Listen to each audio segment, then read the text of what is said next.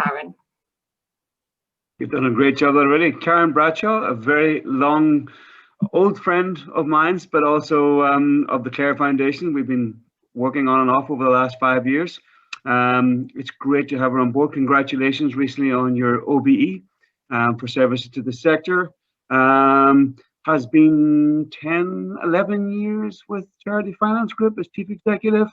Has a very broad background, sits on a lot of quasi-political organizations within board level across the sector, and has a lot of responsibility, I say that nicely, for ensuring that those further up the food chain know what the sector is doing in terms of its finance. So without any further talk, Caron, over to you, and thank you very much for joining us today. Thanks, Martin. I was going to say less of the old when you said old friend. Okay, so I have got quite a lot to try and cover. I am, as Helen said, happy for you to stop me and to expand or to move on through stuff at a pace that suits you. There are enough people in the room for us to be able to have more of a conversation than for me just to talk at you, much as I can talk the hind leg of the donkey. I'm going to aim, as Helen said, to speak for 30 minutes. And what I'm going to try and cover is give you a few reflections about 2020 and what has happened, for the sector, both going into it and during that period of time. Try and pull out some positives and negatives for that period of time. Look at the sector campaigns and activity that has gone on during the last year. I will cover the budget and some reflections around that. And then I'm going to try and cover some key opportunities and threats as I see for the next period, rather than just looking backwards. So let's see how we get on. I'm obviously at home. I have briefed the kids, the husband, etc., that I am doing this. But if the doorbell rings or a postie knocks on the window, or we're otherwise interrupted by barking dogs, etc., bear with me. I shall hopefully not interrupt the flow too much.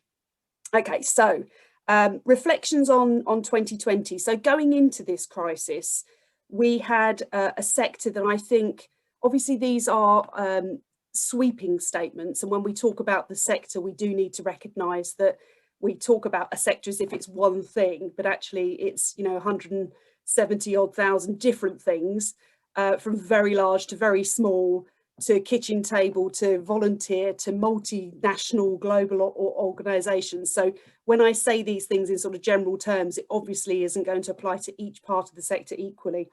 But I think it's fair to say that on average, the sector had underinvested in its digital, for example, and it's completely understandable why that is.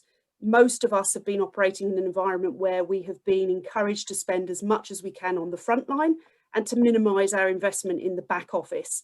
It's a term I hate, but so we have got a position, I think, where we had as a sector been slightly on the back foot in terms of digital investment and our ability to immediately pivot. Having said that, I think that the pace and the change to digital delivery has been phenomenal in the sector. I think that people have been really resourceful. They have made do with what has been available to them. And they've been really innovative in the way that they have pivoted their services so that they can continue to support beneficiaries. So I don't think that underinvestment in the digital has stopped charities as a whole from meeting their charitable objectives. But I do think that we have to acknowledge that going into this, we had not necessarily got all of the investment lined up that we needed in order to do that in a way that didn't cause us difficulties and challenges. As I say, we had that narrative of frontline good, back office bad.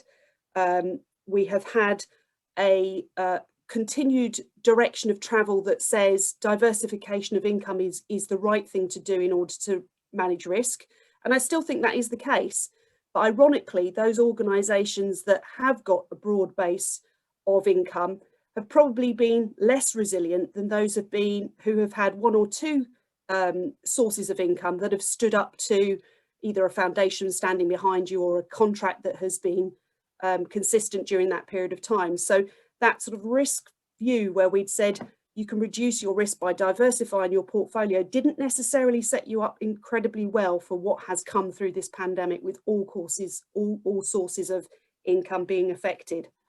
And we also had a picture of reserves where not everyone in the sector had got a lot of reserves. And I certainly think that the number that had 12 months worth of operating costs were probably in the minority, not in the majority. We know some organisations went into this with no reserves.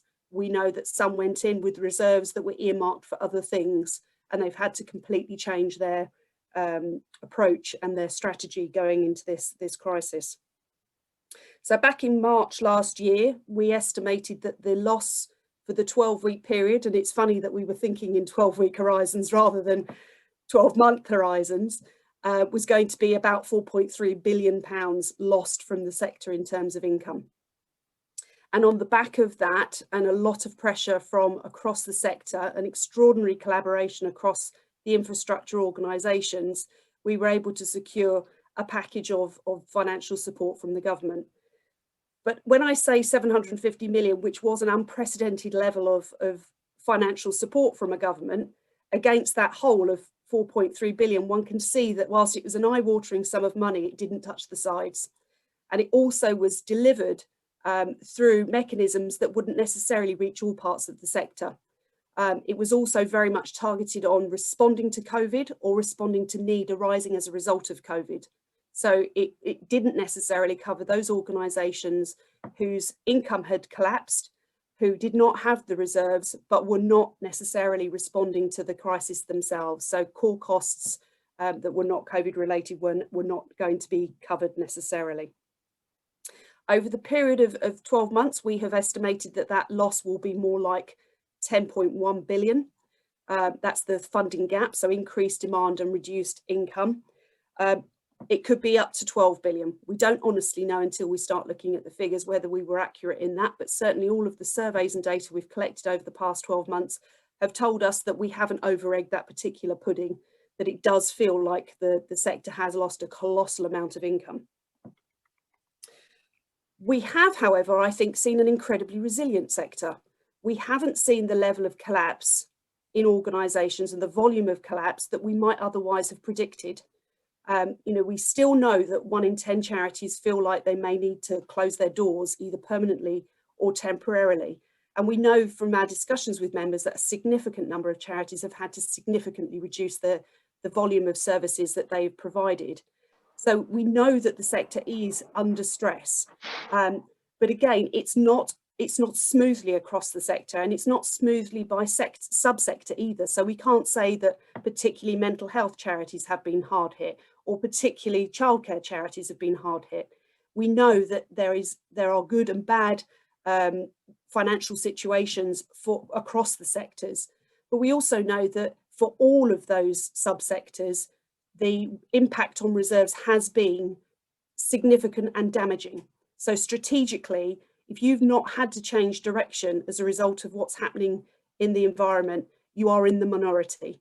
The majority have had a strategic impact on their reserves, if that makes sense to you. We have seen the sectors liquidate assets, cut headcount, make redundancies, merge.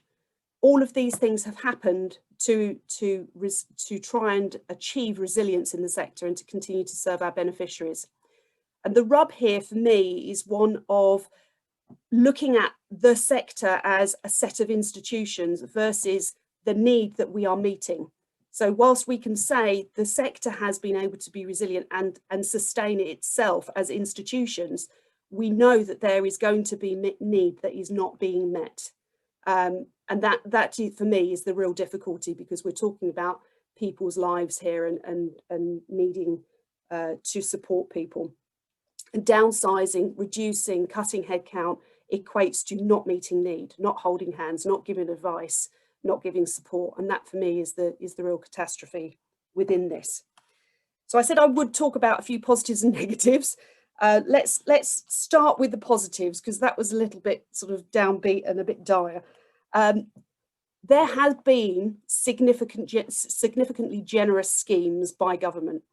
The CJRS, the Coronavirus Job Retention Scheme, has been incredibly useful for an awful lot of organisations. And that's notwithstanding the fact it's not perfect. And for an awful lot of organisations, shutting up shop was not the option. So you didn't want to be incentivised to mothball your services. You wanted to actually be mobilising and responding to increased need. But that doesn't mean that the CJRS has been a complete failure for the sector. For many charities, it has been the thing that has kept them afloat. And so the lobbying that we did to ensure that that equally applied to charities, I think was essential. And I don't think that we should just gloss over that. The schemes that the government have provided to support us have been significant. There have also been a set of loan schemes. So the CBILS and the equivalent for larger charities have equally had a significant impact on those organisations that could take on loan finance. And again, not every organisation can take on loan finance, but having that ability and having that clarification again through lobbying and pushing that these schemes could be taken out by charities was incredibly useful for an awful lot of them. And I know as CFG and as wearing a hat as a chair of other organisations, that those schemes have made the difference in cash flow terms between bridging this current environment and getting to what the future state of returning to financial sustainability might look like. So let's not underplay those as positives. Foundations have absolutely smashed it out of the park. They've been brilliant. Not every single one, obviously, but as a collective, they've come together and made strides forward in ways in which you could have a single point of access for application. If you look at the London Funders' work, it's been incredible. There's been incredible willingness to reduce restrictions on grants so that you can have unrestricted, or if you've got performance-related issues that you were unable to perform, those foundations have not pulled the plug. In fact, they've said, yes, we'll keep supporting you. And they've increased, in some cases, again, speaking from CFG's own experience, have contacted their own grant recipients and said, how are you doing? Can we help you? Is there more that we can do? So, I think foundations have had a really, really impressive response to this crisis. If I were to have any criticism of them, it's that it has been very much COVID related. And we all know that, all of the other things that we support don't stop for COVID. Cancer does not stop for COVID. And so therefore there is potentially a worry that we're upstreaming a problem, that in 12, 18 months time, the monies that have been really pushed into this crisis will no longer be there. You can only spend them once. And what do we do in terms of recovery and rebuild? So there is a question mark there. But again, I say grant makers and foundations have been really, really good. A lot of the contracts that government and local government have provided have been, again, flexed and have been supportive of those organisations delivering, even where they couldn't fulfil the full terms of the contract. So again, I think this was a positive, but there will need to be adjustments, particularly in the international space, where you can't then continue to perform a contract, but the money's already been spent. And there are some issues around performance there that need to be grappled with. As I said, the 750 million, it was a positive. It wasn't anywhere near enough, but it was a positive, and it was the difference for some organisations between success and failure. And I don't think that we should gloss over that. So I think that was really positive. But the massive positive for me has been the attitude of the public towards what they value. I think this has created a moment in time where individuals can really assess what matters to them. And if we don't capitalise on that real awakened sense of what is valuable, then I think we miss an opportunity, and it's been a real positive that we can capitalise upon. So on the negative side, there has been a huge sectorial problem. There has been a complete lack of knowledge and understanding of what the sector's balance sheet actually means. And that goes to the heart of government. I'm not going to pull any punches. I've had several conversations that have been toe-curlingly frustrating, where we have been told that, well, you've got this great big, 40 billion quid sitting on your balance sheet. Why don't you sweat that asset? Well, that fundamentally completely understands how an awful lot of charities work, and the fact that they can't just sweat the asset. And it also, even if they could, selling the family silver basically means that your future beneficiaries are not going to be supported. And that, again, it shows a fundamental lack of understanding of what the sector is about.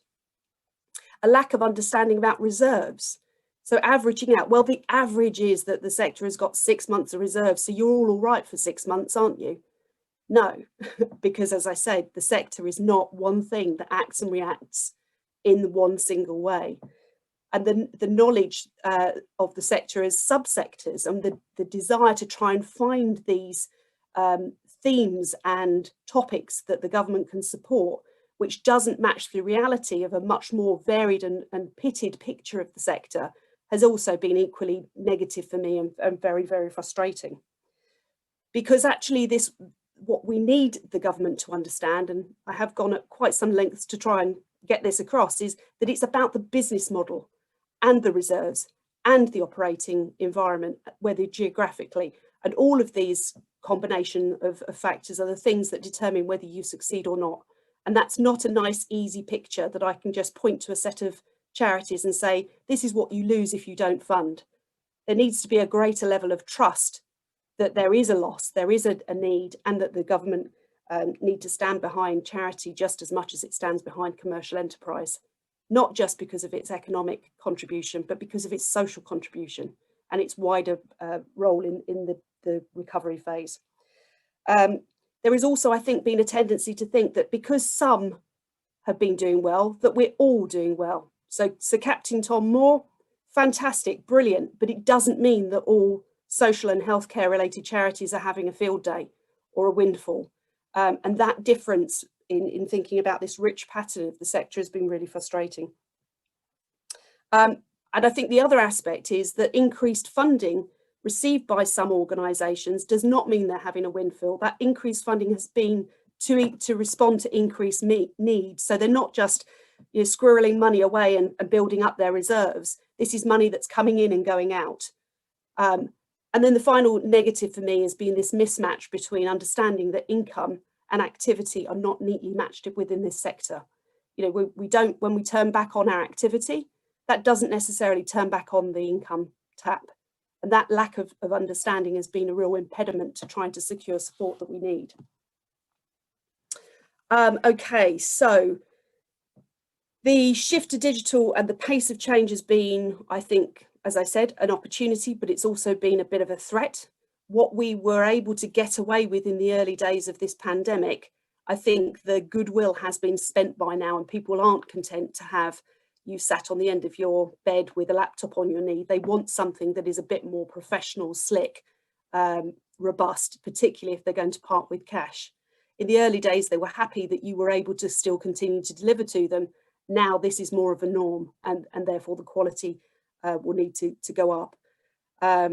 We've also had, I think, an opportunity to challenge everything.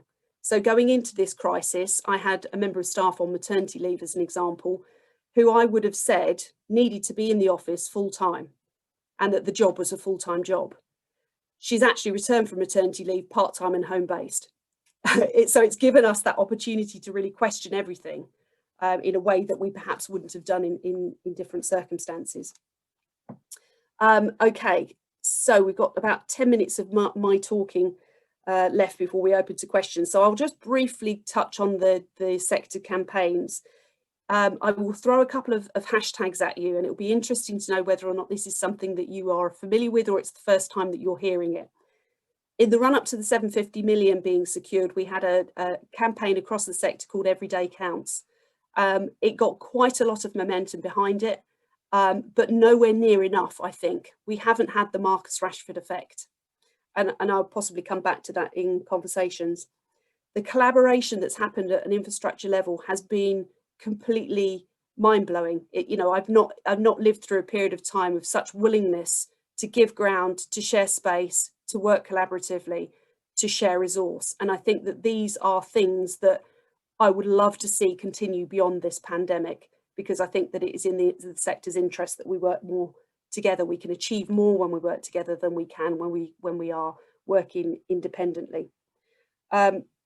We have focused on the equality side of things in a way that we haven't done, to my shame, previously. And I think that we need to keep that beyond this situation. There is a hashtag of Never More Needed, which you may have seen, that has been an overarching campaign message, if you like, to say we as charities, we as donors, we as beneficiaries, this is a never more needed part of society's fabric, and we lose it at our peril. And then the most recent one in the run up to the budget was around right now, trying to secure some emergency funding in the budget for the sector. We failed. We did not get that emergency funding. Now, there's a lot of debate as to whether that failure is down to us or down to government or a combination of the two. And I'm sure that we can chat about that if you want to. I think it's unlikely that we're going to get any more substantial monetary settlements for the sector. However great or wonderful or not that our influencing may be, I just don't think there will be any further pockets of cash in that way. That's not to say that I don't think there's any more financial support or modification to various aspects that can be done. So I'll segue into the budget at this point. I was disappointed with the budget. I was disappointed that we lost an opportunity, or the government missed an opportunity to talk about the value of charity, even if they were not going to put further substantial package of funding into the sector. There was a prime opportunity there to acknowledge and to support and encourage the sector in what was said at that debate, and unfortunately that was not taken. In fact, the references to charity within the Red Book were very, very small, and most of them were in the context of saying what was done last year. So there was very little that was new. We are still waiting for details around the UK SPF, which is supposed to be the fund replacing the European funding. That is a real problem for many people that have been reliant on EU funding. The levelling up agenda did not talk about charities and civil society in the way that I think it should have done, and that again was a huge missed opportunity.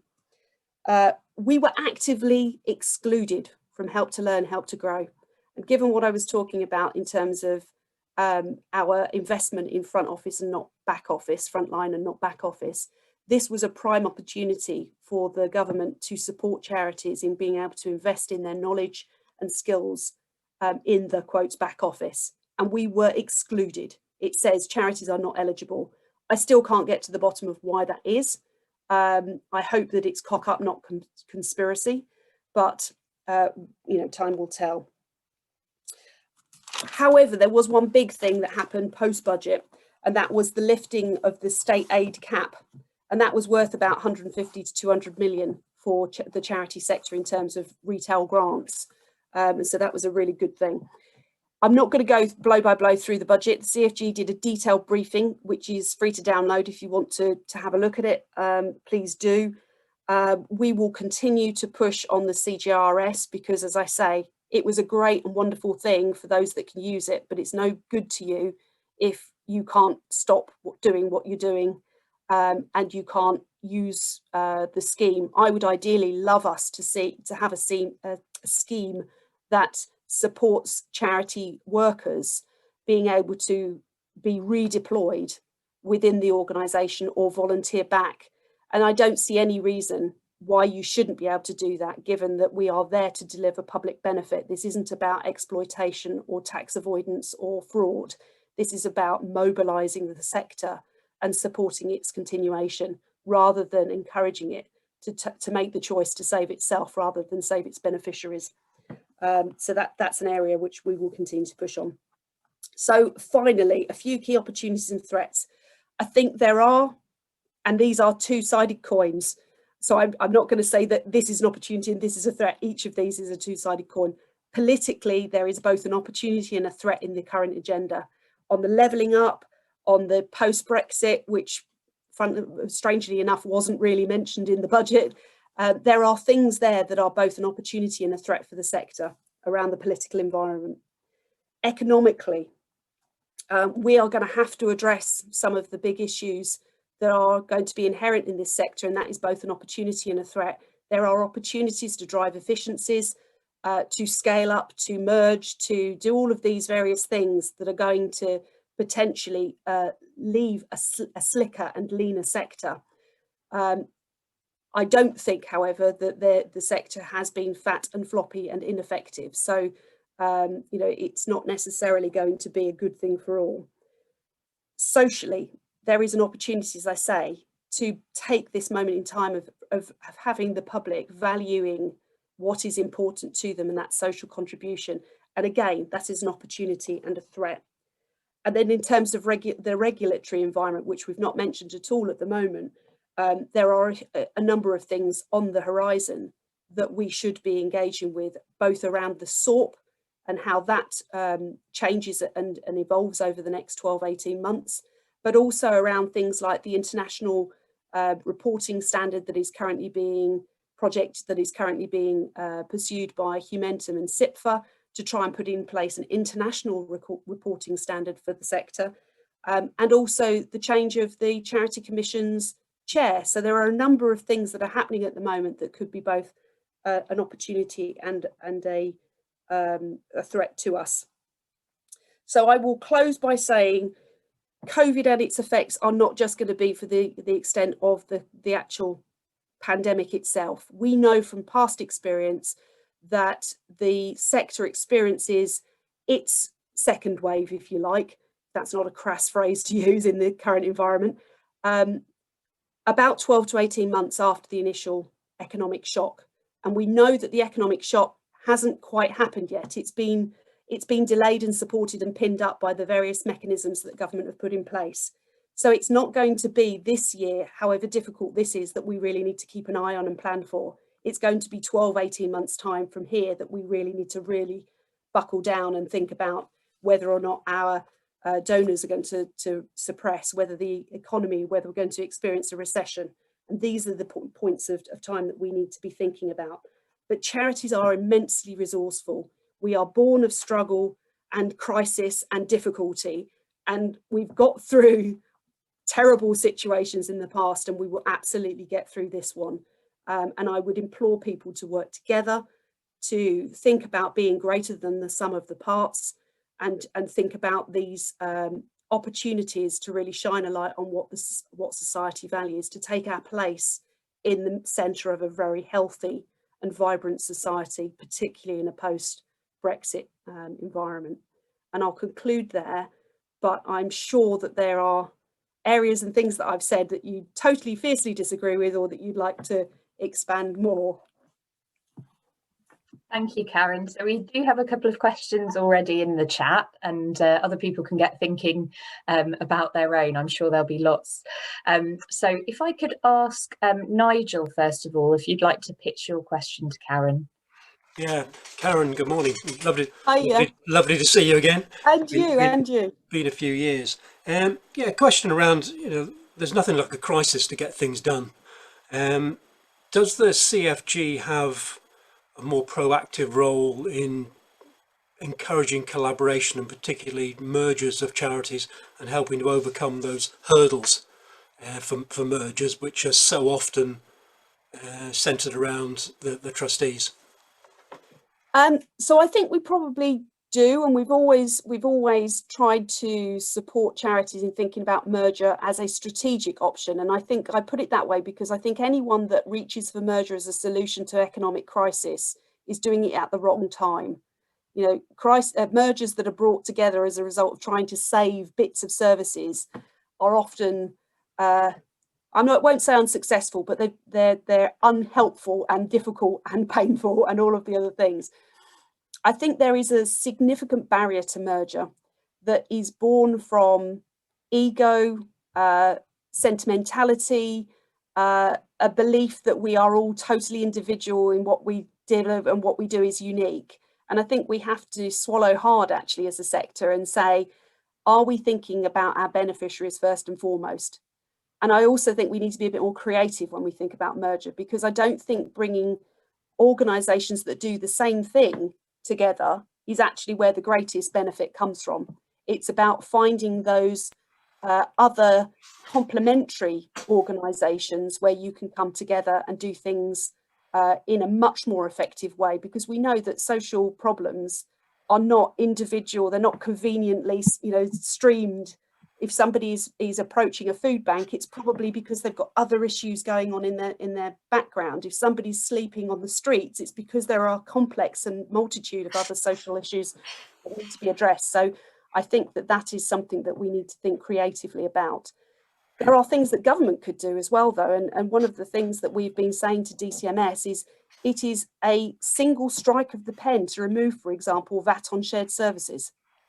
And it would cost the Exchequer nothing, because currently organisations do not share services where it incurs a 20% VAT, because to get the savings that you need in order to warrant that extra cost of paying the VAT is pretty much a non-starter. So people don't do it.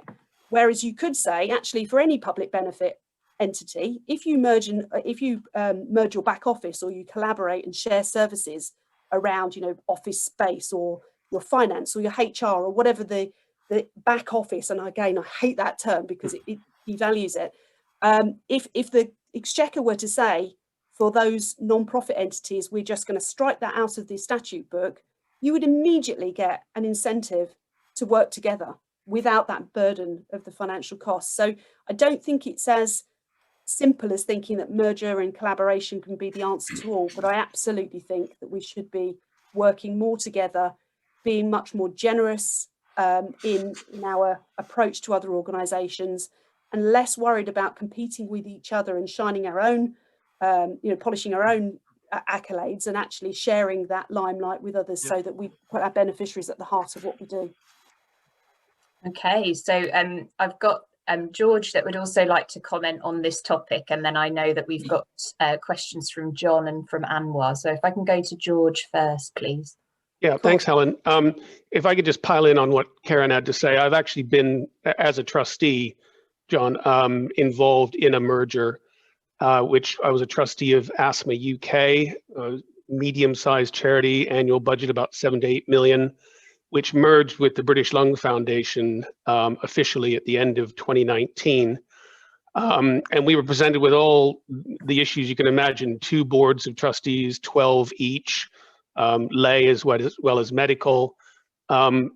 But I think that the impetus came from our chief executive about almost a year beforehand, where Kay Boycott was her name, is her name.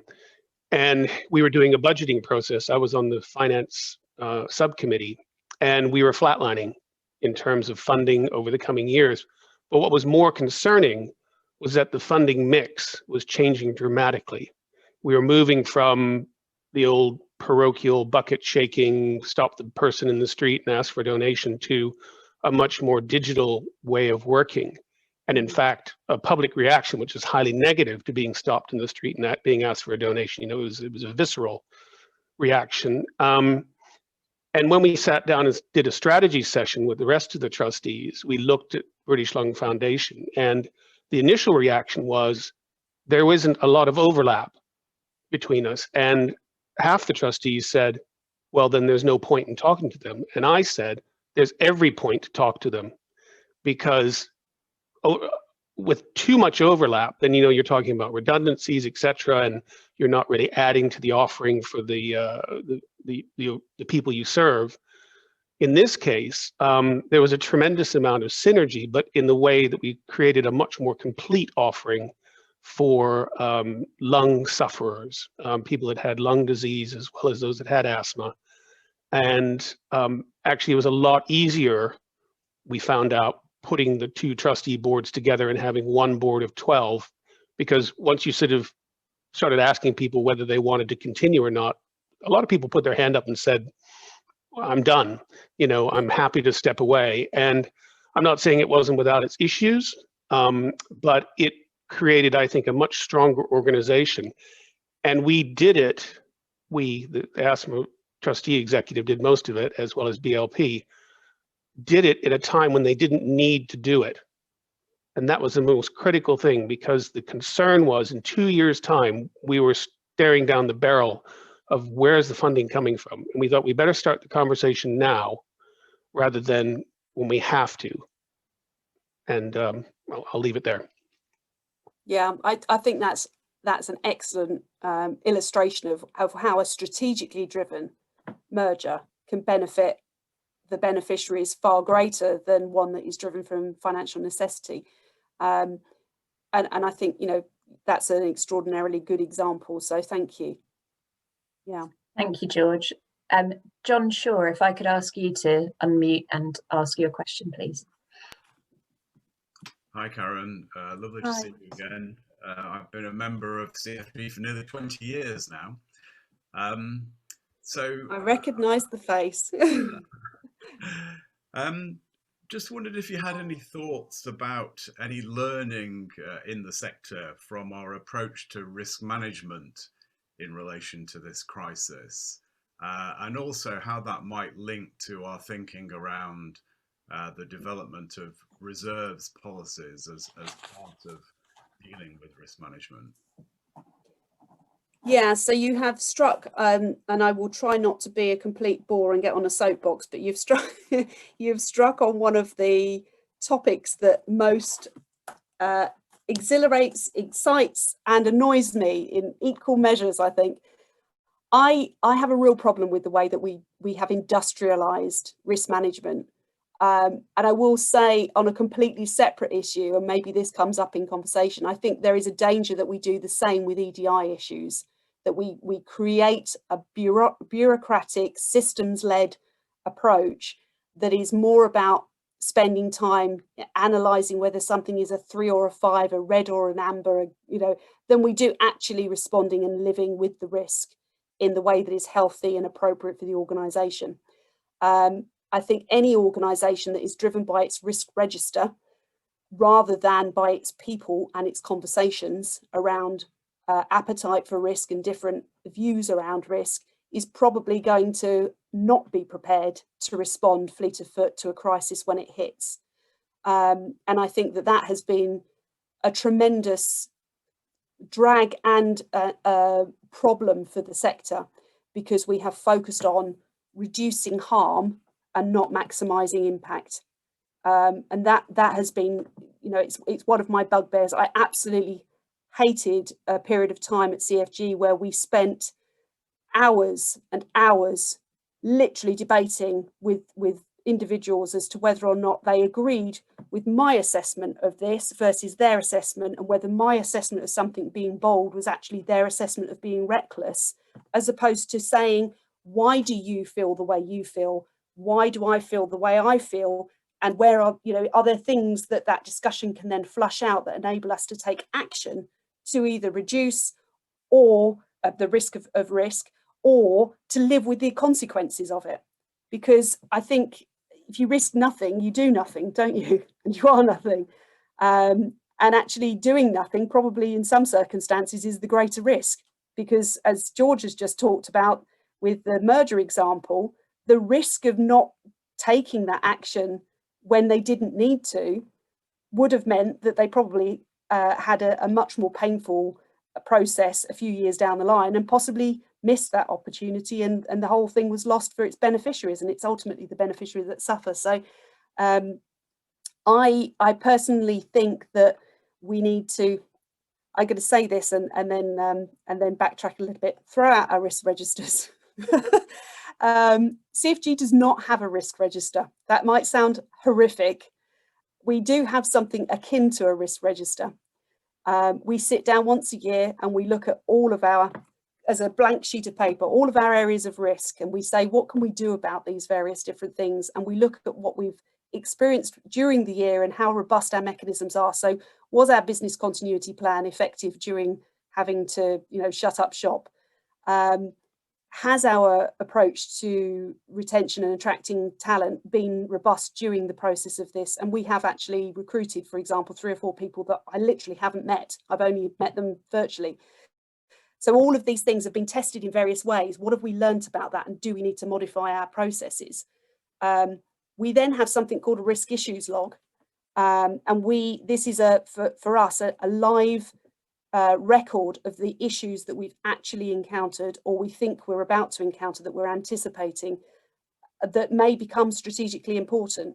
And the reason for us collecting that information is both to act as an anchor that we can return to and reflect on and make sure that we're actually dealing with those issues, we're not forgetting them at some point, but also so we can report to our board and report to our different levels of assurance on what we've encountered, so that if we are missing something, that the board can identify it I remember the first Finance and Audit Committee, after we got rid of the sort of traditional approach, and saying, okay, I want you to come in with what are the top 3 things that you're worried about? Do they match what we're talking about? Because if they don't match what we're talking about, we've got a problem. Either because you're worrying about things you don't need to, or we're not talking about the things we should be talking about. So I don't have an absolute, here is a toolkit that you can apply to your own answer, but I know that CFG have been exploring different ways of approaching risk. And you mentioned reserves. So again, reserves, this is one of the challenges about this pandemic. We have been a significant voice in encouraging people to think about only holding reserves on a risk basis to protect against risk. And I think most people will have had reserves that have been pulled together to look at impacts on different aspects of their income streams, or a need to make a particular service redundant or whatever, and won't necessarily have had reserves that could deal with everything being impacting at the same time. And in fact, I remember saying to my board, we don't anticipate all of these income areas that we've identified for reserves to be held on a risk basis happening at the same time. Well, they have, the annual dinner, the annual conference for CFG, and major fundraising mechanisms, they drive income, all of our events, all of our membership. To have all of those affected in the maximum way all at once was not in our minds, and I don't think it was in the minds of many organisations. And if it had been, if we'd been sitting on money enough to not have to do anything for an entire year, then I suspect people would have asked us questions about why we were sitting on so much cash and not making it work for our beneficiaries. So I think that reserves and risk piece is a really difficult and dangerous mix at the moment. And if you throw kids company into that mix, you've even further got some additional considerations. So I think that reserves and risk are a conversation that are going to run for much longer. I think that there may be some amendments to the reserves guidance once the Charity Commission have concluded their investigations, inquiries into kids company. I think that there will be an awful lot of organisations that went into this on their knees in terms of reserves, and an increased number that are coming out of it on their knees in relation to reserves. I know that CFG is at we've really significantly depleted our reserves. And I can't see over the next 12 months a mechanism for us building those back up. So I can, in 12, 18 months' time, see a mechanism for building that back up, but certainly not over the next 12 months. So I don't know if that answers the question rather than sort of sympathises and explores some difficulties. No, it's helpful, and I certainly agree with you about avoiding risk registers just being a tick box exercise. They really need to help the organisation strategically, and reserves are there to be used. That in a crisis like this, that's what they're there for. And I don't think charities should be too fearful of getting lower levels of reserves, as long as over the medium term they can see a way through it. Yeah, I would totally agree. I did have somebody ask me, how do we take steps to protect our reserves? I said, I think you're asking the wrong question. I don't think you should be protecting your reserves. That's not what they're there for. I have got a question in here about risk analysis. Let me just have a quick read of it.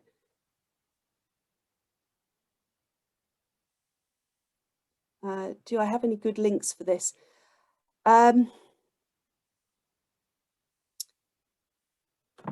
Do you want me to talk to that? Yes, please do. No, just whilst Caron was chatting, what struck me is what I've used before is what we call the benefit of risk analysis. And just curious in terms of what that looks like in terms of providing services for the benefit of people and doing things for the benefit of that and the risk around that, and how that fitted in with her current discussion around risks and that sort of thing.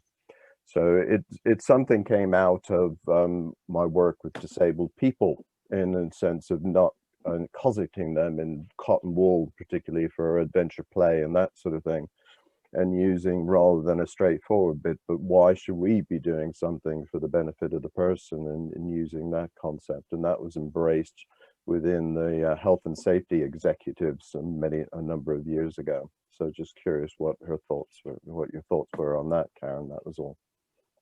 Yeah, I think probably what I was saying about the risk registers trying to get you to prevent harm is possibly where I start on this. You know, I don't think that viewing risk as a negative thing is the way forward. I think we have to think about what we want to engage with. And you've just, I think, put it very neatly that there is a benefit to be achieved from engaging with some risk. There's some fantastic TED Talks, if you're TED Talk fans.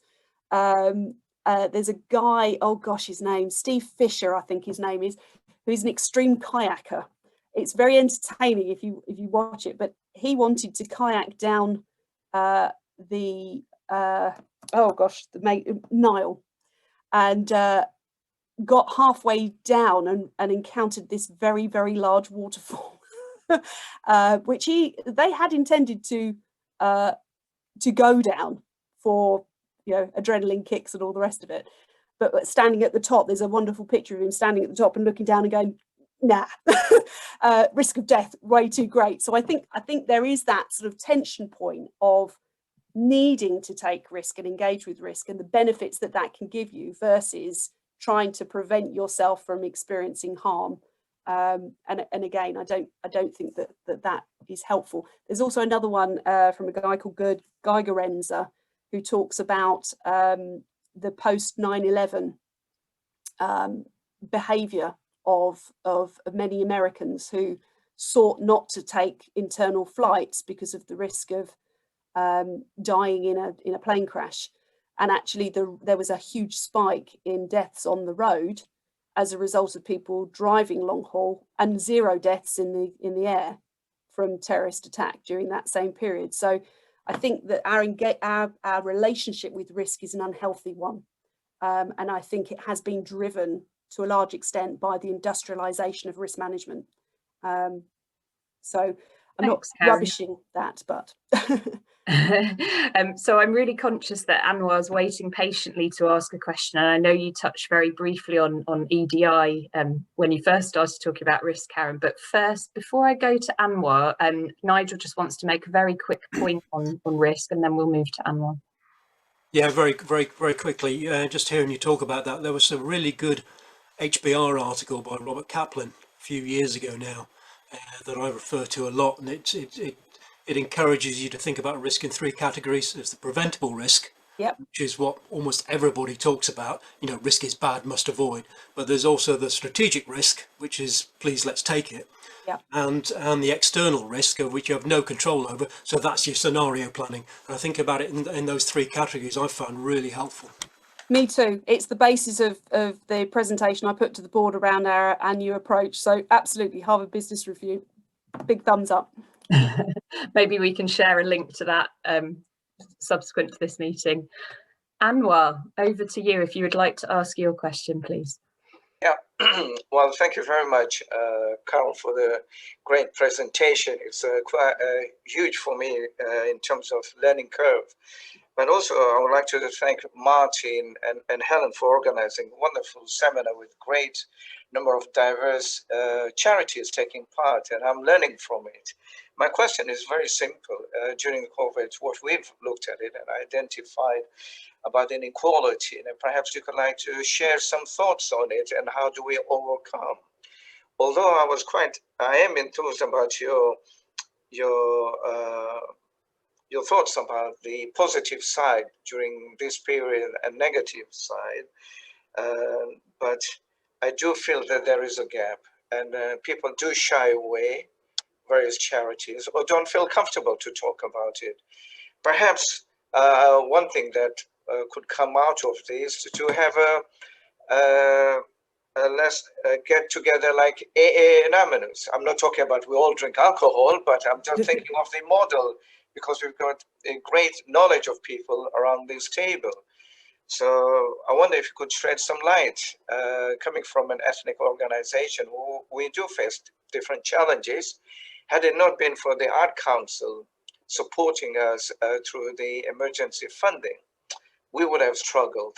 And I totally agree with you that working on digitally, we were caught off guard. And thinking about the BEM community who have a lot of challenges: economic, social deprivation, digital deprivation. How do we engage with wider sectors? And we've been very, very successful until 2019, where most of our activities and benefits have been face-to-face. And that has been reflected in the legacy that we've developed over many years. And I'm glad you talk about 9/11, and it is 20th anniversary this year of 9/11. And that prompted us to grow who we are today and making a huge benefits and contribution within Buckinghamshire. Thank you. So I would say that this has been put for me most accurately as we are not in the same boat. This is not a great leveler. That we are in the same ocean, navigating the same storm, but in incredibly different vessels. And I think COVID has really massively pronounced the inequality that we knew was there, but has been largely hidden. And I think that some of the funding distribution has also exacerbated that. So, for example, the National Lottery, being a distributor of some of the crisis funding, has put off, even if there were mechanisms for them to be able to access it, it has put off an awful lot of organisations who would feel through their own values and background that they could not engage with something that had come out of gambling, as an example. So I think there has been exacerbation of that inequality at a funding level, if nothing else. If you then look at the distribution of the actual COVID and the response now to the vaccination part, there are really very clear Black and minoritized ethnic issues and lenses that we need to apply to all of this. And if we don't, we are going to, I think, deepen divide and increase inequality, not remove it. Having said that, I think that there are some sparks of opportunity and optimism to be had. Firstly, the governance code was refreshed tail end of last year, and they introduced for the first time, there was a diversity principle, but there is now an EDI principle trying to look at all issues relating to making our organisations open and removing barriers so that we can have a safe environment to work in. I think that the Black Lives Matter focus last year and the way that it sharpened our awareness and interest in the experiences, lived experiences of both our staff and also the communities that we support through issues that were not happening on our doorstep, but are analogous to issues that are invisible and happening on our doorsteps. So I think that whilst that was quite a difficult and painful process, it's pushed us to focus in on something that we have shamefully not focused in on for too long. And so again, I see that as a positive thing. On the back of that, I talked about the collaboration that we'd seen at the infrastructure level. And one of the things that came out of the Black Lives Movement last year and George Floyd's murder was to make a statement across the infrastructure organisations committing to eradicating racism within the sector. And indeed, yesterday I was in an infrastructure coordination group under the title of Dismantling Racism, where we are committing to taking active steps within our organisations and using our privileged position as infrastructure organisations to try and support and influence our own members in their own journeys. And I think that that's a really positive thing to look at. Where I feel worried about it is in the pursuit of trying to feel like we're doing something, that we do the wrong thing, or that we adopt, in the same way that I mentioned with risk, a mechanistic approach to it where we tick boxes and we talk about the monitoring and measuring, and we miss the lived experience. I don't want to be able to say, great, we've driven up the number and the proportion and the representative nature of our staff and our trustees, if the lived experience of those individuals is shockingly awful still. That's achieved nothing. And I think, again, the focus over the last few weeks on bullying and harassment and working in unsafe spaces is also something that is both a positive and a negative. A negative because I think there is a danger that we shame and blame rather than support. I don't want to stand on the sidelines and be virtuously angry.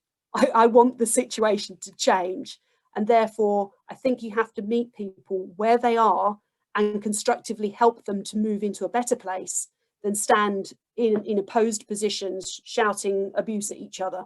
And the last thing I think I'd say on it is my mantra for the last 12 months or so, and I feel something that we need to do more of, is we need to listen to understand the other perspective, not to reply. And I think we spend way too much time listening to reply rather than to genuinely understand where the other perspective is coming from and what steps we can positively take to amend things.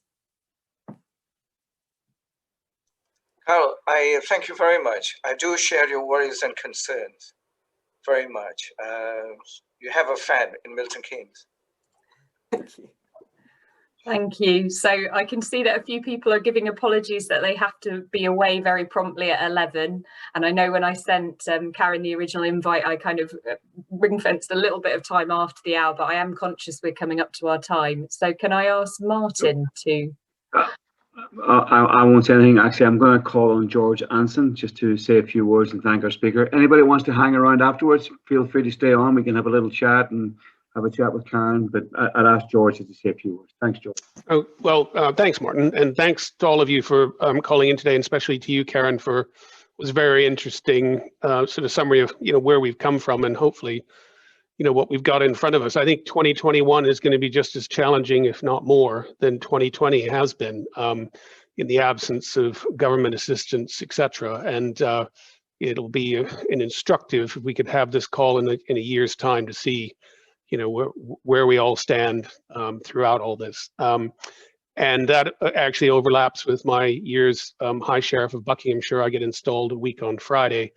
And my hope and expectation is that I'll be able to get out into the community and see, if not all of you, most of you, and the other sectors of charities that are operating in this sector, particularly as it relates to law and order, youth crime, domestic abuse, et cetera. Because that's really going to be part of the focus of my year as High Sheriff. So once again, thanks everybody for tuning in today. I'm sorry I have to go. Already I'm being called upon for different meetings, and even if I'm not High Sheriff. So thanks again for everything, Helen and Martin, for putting this together today. Thanks, George. George. Bye-bye. Bye-bye. Anyone else wants to stay on? Now's your chance to have a chat amongst each other and have a little Caron, really nice to see you. I had two questions actually, but what do you think good would look like in the sector?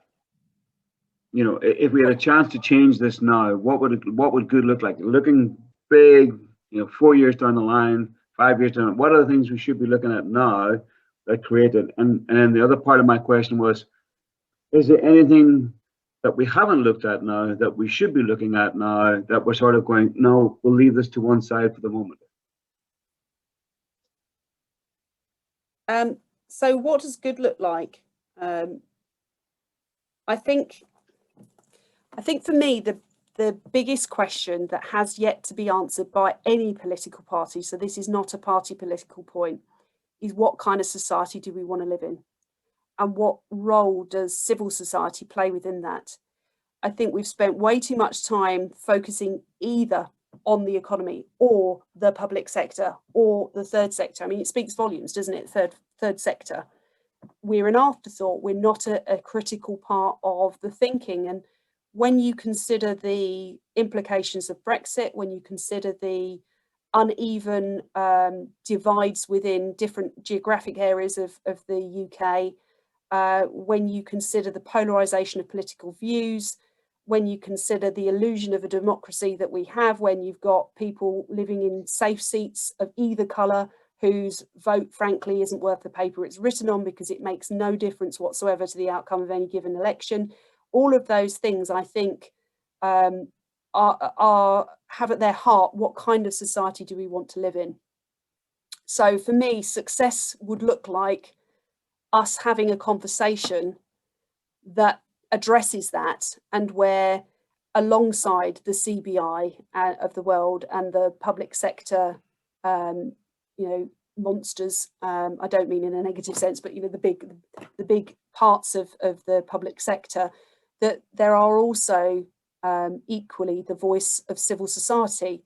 The number of times that Question Time, for example, includes the voices of an entrepreneur or a comedian or a celebrity, versus the number of times that you see a civil society leader engaging, when actually civil society covers every single political aspect that we discuss, whether it's the relief of poverty or it's discrimination. There is a civil society organisation that touches every single part of our lives in this country. So for me, that would be success. You said over the next 5 years, you know, this has been decades, generations. I don't sit here, you know, in a sort of bubble thinking that in the next 5 years, that's a nut that we can crack.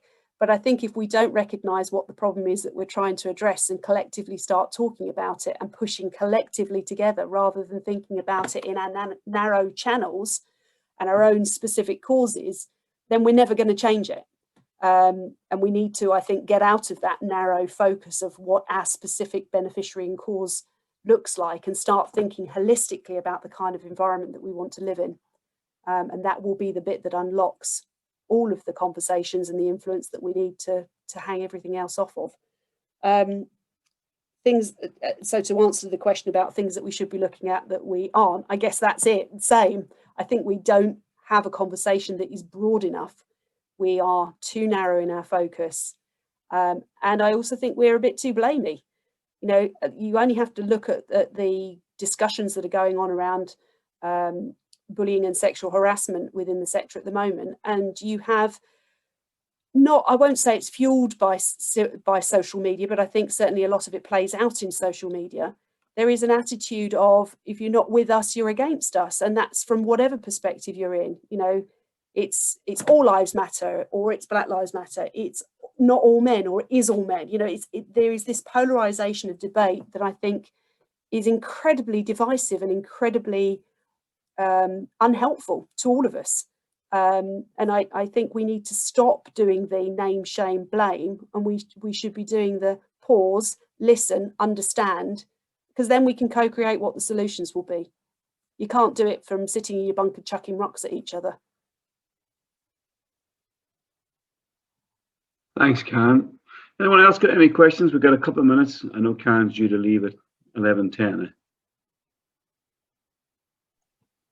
Everyone's quiet. No, Caron, I was just wondering, you mentioned diversification of income at the beginning of your discussion. Could you just expand on that a bit more? Because you sort of indicated that there's a limit to the amount of diversification that charities do, of success or not success. And just say a bit more, please. Okay, so if you look at the funding mix of the sector over the last perhaps 15 years or so, you'll have seen a pronounced movement from grant to contract. And there were, I would say, a much larger proportion of organisations that were reliant on one or two sources of income a decade ago than there are now. And over certainly the 10 years or so that I've been at CFG, we have been encouraging people to diversify their income portfolios. So if you've got a single source of income, whether that single source of income is public funding, so George was referencing about the, you know, very reliant on public donations and the implications of certain forms of public donation generation becoming less palatable, then our challenge to our members has been over that period of time to think about what are the other forms of income that you can do that spreads risk, whether that's self-generated income, which seems to be the go-to place for an awful lot of organisations in terms of diversifying their income, is setting up effectively a trading piece, a social enterprise or something similar, as well as thinking about the proportions of money that are coming from different sources that are less stable. So government grants, for example, have become, as I say, more contract based, and those contracts have been less time expanding. So instead of it being a 3 or 5 year contract, it's more likely to be a 1 or 3 year contract, or 1 or 2 year contract. And the time frame over which you might be aware of whether something's going to be renewed has reduced. So you learn later in the process that it's going to be renewed or not renewed, and that gives you fragility in your funding model.